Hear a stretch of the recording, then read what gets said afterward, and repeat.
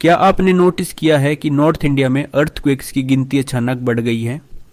हम सोचते हैं ये नॉर्मल है, टेक्टोनिक प्लेट्स टकरा रही हैं, पहाड़ बन रहे हैं, सिंपल जियोलॉजी, राइट?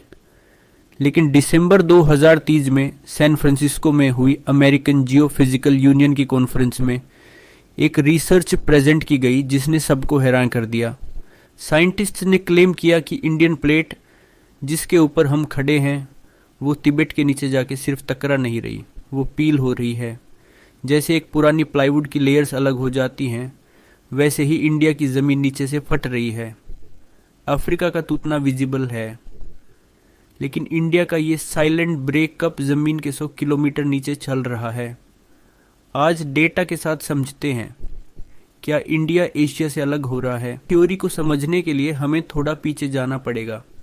हमारा करंट मॉडल कहता है कि इंडिया और यूरेशिया एशिया की कोलिजन एक हेड ऑन क्रैश है, लेकिन अगर ये मॉडल सही होता तो तिब्बत का स्ट्रक्चर यूनिफॉर्म होना चाहिए था।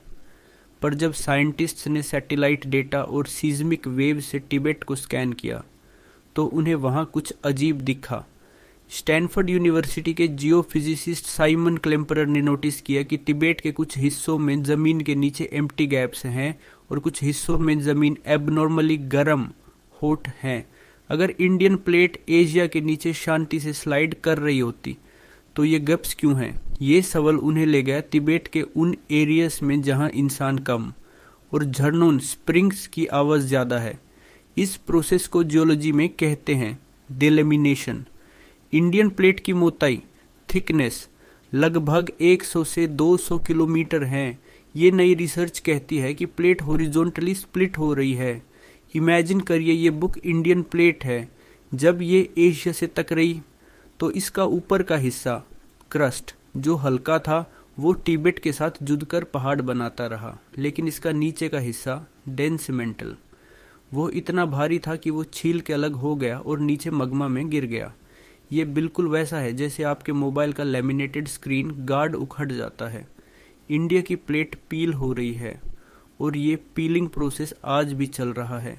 तो इससे हमें क्या? जब ये भारी स्लैब टूट कर नीचे गिरता है तो ज़मीन के नीचे एनर्जी का पैटर्न बदल जाता है। ये प्लेट का टूटना एक्सप्लेन करता है कि क्यों अरुणाचल प्रदेश और नेपाल वाले रीजन में डीप अर्थक्वेक्स आते हैं।